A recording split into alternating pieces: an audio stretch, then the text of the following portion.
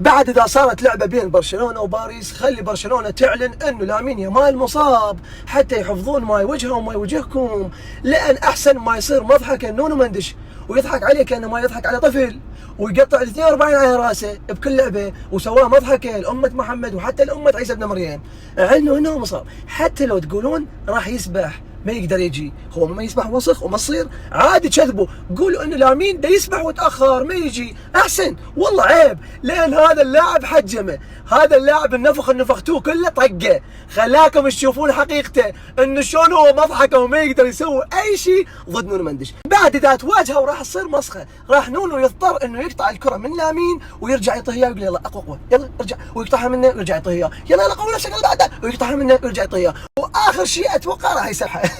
ابن الدوري الاوروبي.